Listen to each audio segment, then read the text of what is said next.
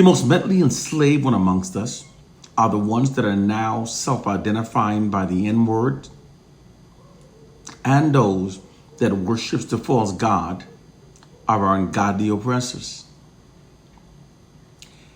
Because when black people self-identify by the N-word and worship the false god of our ungodly enslavers, these combined indoctrinations subliminally embeds a mentally enslaved value system into the collective subconscious minds of the black masses that facilitates the white society's long-term oppression of us.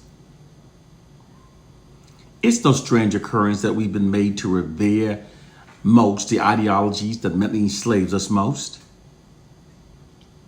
White social engineering science did this to us because the mental change, the most difficult change to separate people from, are those that have been made to revere most. The absolute fact is that the most mentally enslaved one amongst us are the ones that are self-identified by the N-word and that worships the false god of our ungodly enslavers. And as long as black people continue to do these noted practices, we will remain mentally enslaved by the white oppressors. I will quantify this statement with facts. First, here's the mental enslaving true reason why they socially engineered millions of us to now self-identify ourselves by the N-word. To subjugate and control a large targeted population, the first step is to neutralize their alpha males, aka those possessing warrior spirits. These are the males that are psychologically wired to protect their families and their communities. White social scientists neutralized the black alpha males by socially engineering millions to self-identify themselves by the N-word. They did this because words, when repeated often enough, have immense power over the subconscious mind. Repeated words shapes our thoughts, and our thoughts held long enough by words repeated often enough becomes a belief. A belief then becomes our biology. We psychologically become the words that we repeatedly call ourselves. This is why women that proclaim themselves as being bitches often become stubbornly unreasonable. It's also why men that proclaim themselves as being thugs are more likely to engage in a fight than to avoid one. Words put a spell upon the subconscious mind. We in fact function based upon the words that we assign to ourselves. It's a psychological phenomenon that white social scientists have thoroughly studied.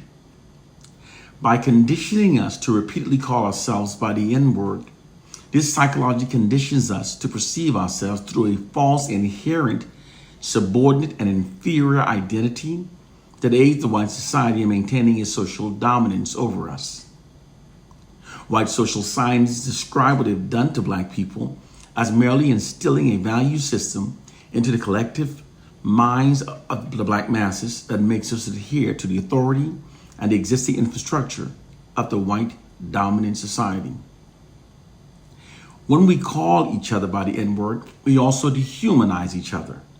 This makes it psychologically easier to mistreat each other. It's a fact that the military has known for a very long time. During the Korean and Vietnam War, to ease the American soldiers' anxieties about torturing and killing those Asian soldiers, they were taught to refer to them by derogatory Asian term. This dehumanized them and made it easier to kill and torture them. This is actually what has been done to we African Americans. This was happening when we called each other by the N-word. Case, point, and proof. Have you ever closely listened whenever a black man speaks of a previous fight against another black man? As he presents the detail of the fight, he will say, I hit that, and I kicked that, and I shot that, and I stomped that, and etc., etc. The N is for the N-word, of course. The N-word is actually being used to dehumanize the other black man. If you then ask the speaker to retell the details of the fight, using the other black person's name or by replacing the N-word with the terms my brother, The speaker will then will have to psychologically struggle to retell the story. The more brutal that his behavior was, the more difficult it becomes to retell the story without using the dehumanizing word of the N-word. The speaker may even become angry for being asked to retell the story without using the N-word to dehumanize his victim. When we call others by the N-word, we dehumanize each other. This makes it easier to mistreat and even unalive each other. The white-controlled prison industry is filled with black men that call themselves and call each other by the N-word. In fact, the majority of black felons does use the N-word. White social engineering scientists deliberately program millions of African-American men to do so to achieve this ultimate agenda. White oppressive forces have placed an elaborate negative spell upon the subconscious minds of millions of African-American men with the N-word. Not all wars are fought on the battlefield. Most are fought in the mind. It's a fact that most of us must learn in order to emancipate our minds from white mental slavery. Now I will quantify my opening statement of how worshiping the false god of our ungodly oppressors also mentally enslaves us. The Bible was actually the first tool used to socialize the minds of black people to think in ways benefiting the white society. The white enslavers and colonizers were not trying to save African souls when they converted them into Christians. This is an irrefutable fact because they perceived that Africans had no souls and that heaven was for whites only. In fact, the early enslavers and colonizers believed that the thought of an African entering heaven was as ridiculous as a dog doing so. This is a fact. When we logically looked at facts as they were, we can say with great certainty that the white enslavers and colonizers' conversion of Africans into Christians had absolutely nothing to do whatsoever with saving the souls of Africans. There was another self-serving reason why those racists, enslavers, and colonizers put their time and energy into converting Africans, a people they otherwise treated so brutally, into Christians. The true reason was to indoctrinate the belief of a white God into their minds.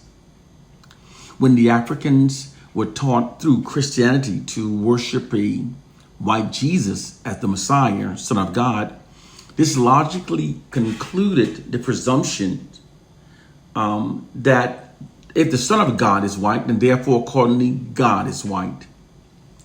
The belief of a white God, the belief that God, the greatest entity in the universe, is white, produces a profound adoration towards whiteness within the subconscious minds of the African. This subconsciously happens without many of us even realizing it.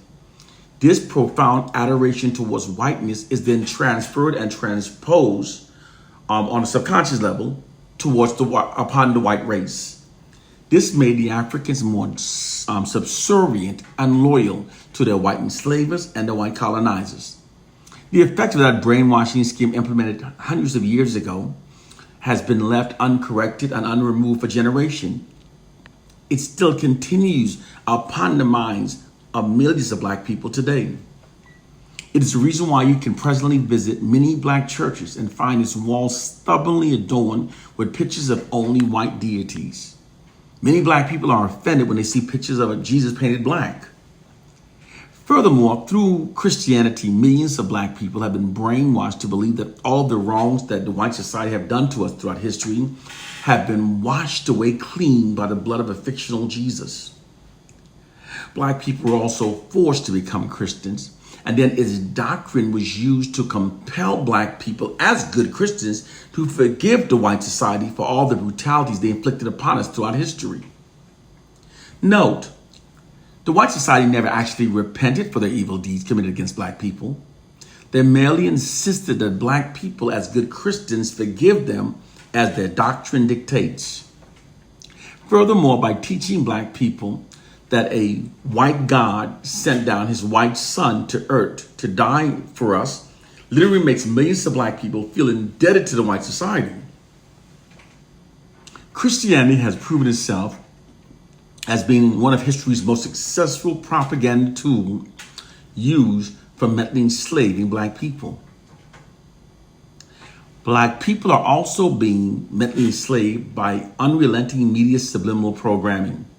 It's no strange coincidence that countless numbers of Black people are now self-hating, perceives ourselves as being our own worst enemies, and reveres Caucasians in spite of a brutally horrific history of the contrary. This mindset among Black people is too widespread to be coincidental, and it's a mind spread that clearly benefits the white society. It's always by deliberate design whenever the oppressed thinks and behaves in ways that serve the white society. This mindset is the deliberate result of media social engineering of the collective minds of Black people through unrelenting media subliminal programming. The white media's unrelenting negative depiction of Black people that amplifies the negative to the point that it distorts our reality is much more than just biased media reporting. It is actually a Black racially demoralizing, divide and rule psychological warfare system. Because white people controls Black statistics, narratives, our media images, this factor allows them to negatively shape how we perceive ourselves. More specifically, allow them to shift our collective aggressions away from the white society and redirect it towards ourselves, creating self-contemptuous thoughts among the Black population that serves and protects the interests of the white society. The basis of this concept of warfare works by effective subconscious minds of the Black population through unrelenting, demoralizing propaganda. Its weapon is the demoralizing messages that it carries and the way that it adversely affects the Black population in terms of our behavior and our unity. This propaganda campaign is deployed like a massive media marketing campaign that constantly subjects the Black population to receiving only the fraudulent and worst narratives about ourselves. Within this system, fraudulent, Black racially demoralizing, and Black racially devaluing propaganda is being pumped unrelentingly into the unsuspecting minds of the Black population without being challenged nor counterbalanced by an equal amount of positive Black racially affirming information, with time being unable to refute nor confirm those constant negative messages being told about ourselves. Many within the Black population grow weary and will eventually come to accept those negative assessments of us, and many of us internalize it. The constant negative information about ourselves makes many Black people become self-hating. It divides our ranks, it demoralizes us, and it makes us more compliant with white dominance over our lives. It's a brainwashing system that utilizes the immense power that shame has upon the human mind to mentally enslave Black people. No group can be constantly subjected to receiving only the fraudulent worst narratives about themselves and not be adversely affected. It is time to wake up to our reality. It is time to wake up to our reality. One love and peace.